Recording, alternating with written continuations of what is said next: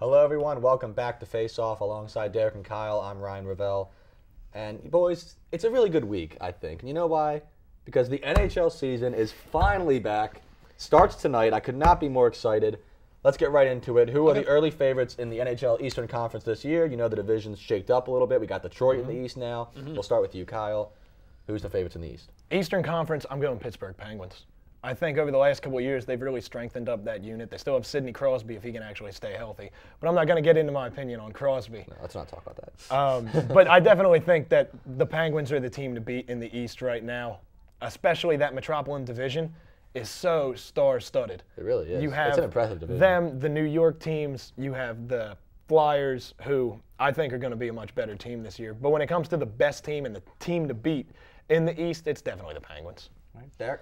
Unfortunately, it looks like this is a face-off episode of just agreeing with each other. I'm going to have to go with the Penguins as well. Even though we have the Flyers, we have the Giroux jersey right there, and it sucks to pick the Penguins, but it's got to be Pittsburgh. You can't argue with consistency. Yeah. Over the past 3 years, they have 49, 51, and 36 wins, of course, with the shortened season last year.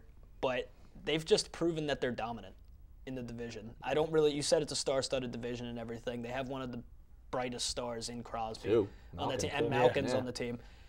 I just don't see them losing. I'm going to disagree a little bit on this one. I think the Penguins are obviously one of the top teams in the Eastern Conference. There's no denying that. But there's two teams I think you really need to watch out for. I think there's a lot of, like you said, star-studded teams. You got Detroit in the East now.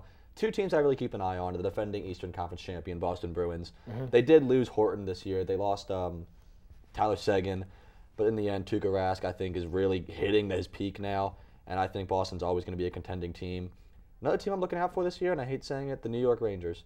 I think Alain Vigneault coming in, that team was a straight-up defensive team last year with too many offensive guys. They were playing too much defense. You can't have Rick Nash blocking a shot. You can't. He's a goal scorer. Don't have him blocking shots. Vigneault's going to come in, and he's going to change that up. This is going to be a high-scoring offense, I think. And when you have Henrik Lundqvist, one of the best goalies in the league, if not the best, I think that's a team you really have to watch out for this year. It's hard to say as a Flyers fan, but I got to say Rangers might be, if not the favorite, top two, top three favorite in the East this year. I think the Rangers are definitely going to be an improved team from last year. They weren't bad last year, but you're definitely going to see an improved team coming out for New York. But I still think the Penguins have just been working towards something, and they've been there already. But I think this is the peak. What you're working towards as an NHL team, you're meeting that with the Penguins right now. My only question with them is goaltending. I'm not a big Fleury guy, or Vokoun for that matter. So Fleury, I don't have a problem with. I think he's going to surprise a lot of people. that's the only thing that stops me with them. But sticking with hockey, we're going to go to the Western Conference now. Last year, the Chicago Blackhawks winning the Cup from the Western Conference. So we'll start with you this time, Kyle. Who is your early favorite in the West? This might surprise a lot of people with the West. I'm going with the San Jose Sharks. I like it. Over the last couple of years, you've watched them get a lot better. The goaltending has improved a little bit. And I think that they're a team a lot of people don't expect coming out of the gate to get off hot. And I think that's exactly what they're going to do. When you look at teams like the Kings, who aren't normally the best regular season team, a lot of times they struggle. I think the Sharks have an opportunity to really emerge in the West as a leading team. Derek? Call me a front runner. I'm going to have to go with Chicago, the defending champions, have them come in. I think they're just going to ride high on the fact that they won the title last year. They haven't been statistically, again, I went to the stats, 44, 45, and 36 wins. They matched the win total of the Penguins last year. They're not a bad team by any means. I think it was 36 and 7 last year. They were a ridiculously dominant squad. They were the team to beat last year. And if they can follow that and carry the momentum from winning the Cup last year, I think they can visit Lord Stanley again. I was going to say Chicago simply for the fact that they dominated all last season. They had that amazing streak in the beginning. But I'm going to go a little bit of a surprise here and say the St. Louis Blues are going to come out of the shadow a little bit and surprise some people. I thought I was going out there with the Sharks. I wanted the Sharks to win last year. I think St. Louis, Ken Hitchcock has done a lot of good things for that team, and unexpectedly, I mean, he coached the Flyers for a while, and I always knew he was a good coach, but I didn't think he would turn the Blues around the way he did. The crazy thing is, it's a team that's not really full of many superstars. Not at all. Like, not any superstars. It's just a good team all around. Well, you think of good hockey, you don't think, oh, yeah, the Blues. No, I never really have, but I think this is the year that they're really going to surprise some people. Okay. The question is, can they outlast a team like Chicago in a playoff series? I don't know. I don't know how much you trust Yaroslav Halak in goal. But I'm going to say the Blues are going to come up to surprise people this year. Well, when you talk about, they don't have a lot of superstars, and that's the difference between when we say the NBA is a superstar-driven league. In hockey, you don't need that as long as your team has really good chemistry. Okay. And I think that's something you see with the Blues. I agree with you completely. So we're going to go from hockey now to baseball with the playoffs starting. Before we talk playoffs, though, we're going to talk about the New York Yankees, a team who did not make the playoffs for the first time in a while. and obviously closer Mariano Rivera retiring. How can the Yankees move forward without Mariano? We'll start with you, Derek. I'm going to go out there and make a bold claim here. We talked about this before we went on the air.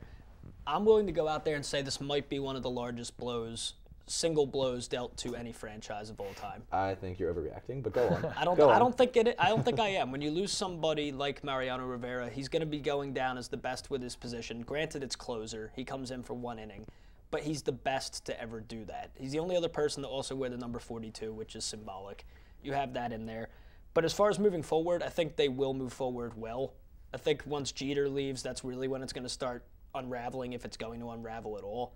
But with this team, they have Robertson. He's been a setup guy for a while. He's spot saved for Mo before. And it's not like I doubt this guy's walked around the clubhouse and not picked Rivera's brain for any kind of information. Mariano's shown him a few Yeah, things. he's shown him the ropes. I'm sure Robertson. Imagine. Yeah, I'm sure the language gaps there a little bit, but they could talk. And I think Robertson's going to be good. I think he might have a little bit of a drop-off, but I think overall he'll settle in well. And that's why when I look at the Yankees and them losing Rivera, I'm not even worried about the bullpen. For the Yankees, I think they need to worry a little less about Mariano Rivera. I don't want to watch it on SportsCenter every day anymore. I'm definitely glad it's done.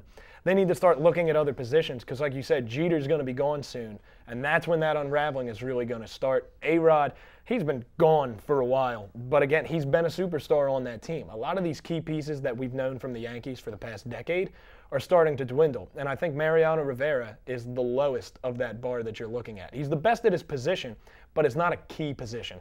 Yeah, real quick for me, I'm going to agree with you. It's closer. It's not too hard to replace. As good as Mariano is, I'm not going to devalue what he is. I'm not going to devalue what a closer is. But it's the Yankees. I don't think they'll ever fall apart. I think they're going to be fine. So we're going to move on to the playoffs now. The wild cards are all set. We got the wild card game starting tonight. So who do you think's going to make it to the World Series and give us a winner as well? Kyle, we'll start with you. I'll start on the National League because I'm riding momentum all the way through the National League playoffs, and I'm going to go with the Pittsburgh Pirates, a team that I've really rooted for hard the last couple years. And after watching the last 2 or 3 World Series and playoff series, the team with the most momentum going in is the team that wins in baseball. It's all about momentum. So when you look at these wild card games, that's the team that's going to emerge, is whoever's hot right now and whoever's clicking. I think the Pirates are going to win their wild card game, and I think they're going to ride that momentum all the way through to the World Series. You think they can overcome the Cardinals who beat them every year? I do. I think this is the year. I think that they've got that extra push, that oomph this year that could really drive them. Because they haven't had it. They haven't been able to do it. They have not had it. They remind me of, not to go off a little bit, they remind me of the 80s Pirates that actually did win, the Willie Stargell, We Are Family Pirates. It's a McCutcheon-Young squad. I believe that they can go far. I just don't think they'll make it to the series. Your AL team real quick? AL, I'm going to go Detroit. I think when you've got pitching that good, it's pretty hard to go against them. Detroit, Pittsburgh, you? I'm gonna echo your AL pick with Detroit. Detroit go in there along with Atlanta. I think Atlanta goes in there, and you can feel free to point out for me, I thought Atlanta was going to be a complete flop again. I thought they were going to choke. They didn't. But when you add 2 Uptons, BJ being a bit more of a flop than Justin, which BJ's not as good as Justin. Don't even give him credit. Yeah. You have the 2 Upton brothers, and then you add Walden over into the bullpen along with Kimbrel. It's just a filthy team on paper and obviously playing through because they destroyed the NL East. However, they will lose to Detroit. Detroit will win a title, and Miguel Cabrera will be able to hold that along with a possible other MVP. I have Detroit beating Pittsburgh. Yeah. I'm going to have Oakland versus the LA Dodgers, and I have the Oakland A's taking it for the simple reason, the same reason I picked the St. Louis Blues. Well, I'm a Brad Pitt fan. But simply because there's no superstars on that team. It's just a great team all around. Their second straight division title. I think Oakland makes the run this year, and they will beat Yasiel Puig and the Dodgers in the World Series. We get a sequel? Get a sequel for Moneyball. Okay. Absolutely. That's why I want to see it happen. All right, so we will be right back. But you think that the A's can come over a team like the Tigers? Yeah, absolutely. Okay. Same reason why not. I mean, San Fran did it. They did it with teamwork. But the A's are a different kind of squad. Whatever. I want to see a Moneyball sequel, so I'm going to say them. Skinny Jonah Hill. When we come back, we're going to have our game pick of the week between the Seahawks and Colts. We'll have final thoughts and game ball, so stay tuned here on FaceOff.